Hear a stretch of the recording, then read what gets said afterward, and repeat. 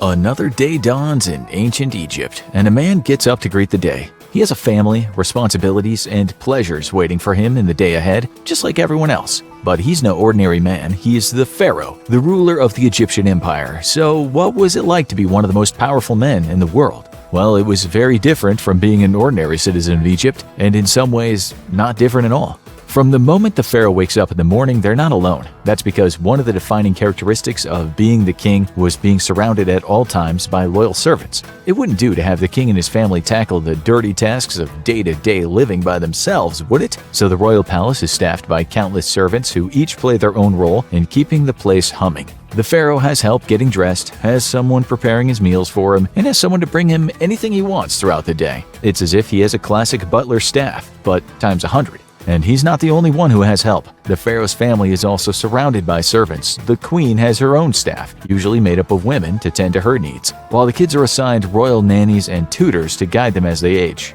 After all, Dad has an empire to run. And with a staff this big, you can't expect the pharaoh to run the whole operation. The palace would usually employ a royal controller who's essentially the boss of the servants. They would keep track of them, assign them to roles, and ensure their performance was up to par so bad news doesn't get back to the boss. But the servants don't just stay in the palace. When the pharaoh leaves the palace, he's usually escorted by a team of servants as well. Some might be responsible for carrying the pharaoh's litter or guiding the horses driving him in a chariot. Others would have an even more important duty, guarding the pharaoh's life. These bodyguards were among the most highly trained members of the servant class, often dedicating their life to sharpening their combat skills. Other strong servants might be tasked with maintaining the palace, taking the lead on construction projects, and working the royal fields. But were these servants or something else? It's commonly portrayed in the media that ancient Egypt was run by slaves, both residents of Egypt and foreign slaves who were captured. But in actuality, most of Egypt's workforce, including those who built the pyramids, were paid servants. That didn't mean that they were free. Once you worked for the king, there really wasn't any way to quit, and you were pretty much stuck in the servant social class. But servants weren't without rights. Their children could move up in the social order, and trusted servants were often valued members of the pharaoh's household. And there was a lot for these servants to keep track of, because the pharaohs lived opulent lives. For the pharaohs, getting dressed was not a quick process. For most peasants, they would put on a simple garment and be ready for a day of labor. The pharaohs, however, dressed to impress. That meant that they would likely spend a good deal of time in the morning getting their regalia in order with the help of their servants. One of the most common pieces of gear a pharaoh would wear was an animal skin, often of a large predator like a leopard or a lion. This was supposed to show that the pharaoh feared no beast, although it was likely that the pharaoh never got close to the source of that pelt. And that wasn't the only way the pharaoh would try to impress. The headdress was one of the most important parts of the pharaoh's regalia, with some wearing a specially designed cloth known as a nemes. These striped cloths usually had a one-of-a-kind pattern weaved by one of the pharaoh's trusted seamstresses. Others would wear an impressive crown, often adorned with jewels and precious metals. These could be heavy, but it wasn't like the pharaoh was going to be doing hard labor while wearing it. The main job of the pharaoh on a day-to-day schedule was to serve as an imposing figure and pass judgment based on the advice he was given. But that's all it really was, advice. Was the pharaoh truly an absolute monarch? In a word, yes. During the days when Egypt was an independent empire, the pharaoh was not only the king, he was generally considered an avatar of the gods, and was trusted with power over life and death. His word was absolute, and angering the pharaoh could mean death. But at that same time, he was largely disconnected from the world around him. He spent most of his time in the palace, learned about the affairs of the common people from his advisors, and his decisions were likely heavily influenced by their perspective, which meant his most trusted advisors might have been the ones pulling the strings. But that doesn't mean the pharaoh couldn't make huge changes. Under most eras of ancient Egypt, the people followed a polytheistic faith that worshipped a pantheon of gods led by the mighty Osiris. But under the pharaoh Akhenaten, it was deemed that the state religion would change to a mostly monotheistic one, worshipping only the sun god Aten, who happened to be the pharaoh's namesake. It didn't really catch on, but the public had no choice but to largely comply during his lifetime, at least publicly. But one absolute monarch can just as easily reverse another's decision.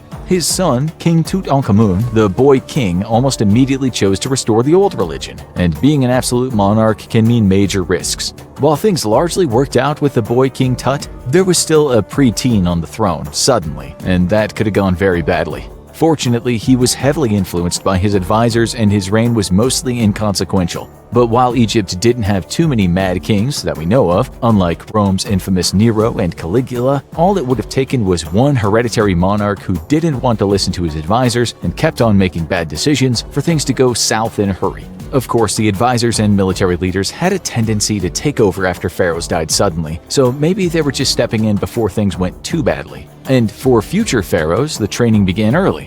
What was it like being a child of a royal? In a word, great! While Egyptian children as a whole had a better quality of life than children in many countries thanks to Egypt's wealth, they still weren't exactly living the comfortable life many children experience today. Commoner children would likely be working in their parents' trade from a young age. Royal children, though, lived in the lap of luxury. While any sort of long-term public education was a rarity for commoners, the royals typically had tutors working for them. They would typically be accompanied by minders from a young age, but how involved the pharaoh was in their upbringing would vary. It wasn't uncommon for a crown prince to be given responsibilities in his father's court to teach him the way of the world. But for most Egyptian royal children, it was likely a life of leisure. Studies of ancient Egyptian artifacts have found evidence of childhood toys and games, including board games that resemble ones still played today. It's likely these children had the run of the palace when they weren't in lessons or being supervised by their parents. Evidence shows that the ancient Egyptians, commoners and royals alike, greatly valued their children and stayed involved in their upbringing. However, there is no question that royal children likely had a lot more fun on a day-to-day basis than their commoner counterparts. And having the run of the palace meant quite a lot of opportunity. Egypt was the largest and most powerful empire in the world at the time, and it wouldn't do for a mighty pharaoh to live in a palace that didn't reflect it. While the most impressive structures in Egypt were undoubtedly the pyramids at the Gizeh Acropolis, there's no question that the Egyptian palaces we've learned about were among the most impressive ever constructed. The best-known one is Malkata, the New Kingdom Palace of Amenhotep III. Located on the bank of the Nile in Thebes, it was mostly built out of mud brick and is estimated to have taken 18 years to complete. It was the largest royal residence ever constructed in Egypt, and they made good use of that space. Among the many features in the palace was a large artificial lake connected to the Nile through a series of canals. This eliminated the need to bring fresh water to the palace manually. The palace was filled with multiple halls, villas, courtyards, and smaller palaces, and apartments for the associates of the pharaoh. And the pharaoh's private quarters were almost a palace in itself, with 4 rooms including a bedroom, a dressing room, and even a harem's quarters. A massive temple dedicated to his wife and honoring the crocodile god Sobek was on the grounds as well. But time had a way with even this mighty palace. Today, little remains of Amenhotep III's glorious palace besides its foundations, but they're enough to create an impressive visual of just how big the palace was. There's no question that the pharaoh and his family lived in luxury, with a sprawling palace complete with massive dining room where they would eat… Wait, what did they eat exactly?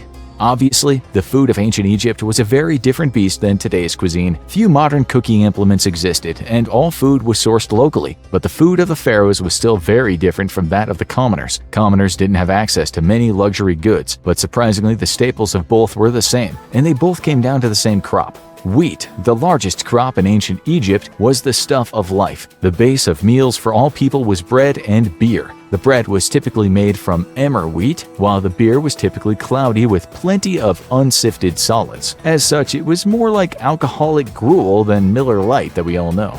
But that's where the similarities ended. Fruits and vegetables were also served to the pharaoh, with the most common local crops being garlic and scallions. That'll add a pop of flavor, but it's not exactly going to fill you up. The availability of other crops like lettuce, celery, cucumber, and gourds, as well as fruits like dates, figs, and raisins were varied. These were typically considered luxury crops, although the working class might be able to get a hold of some when there was a surplus. The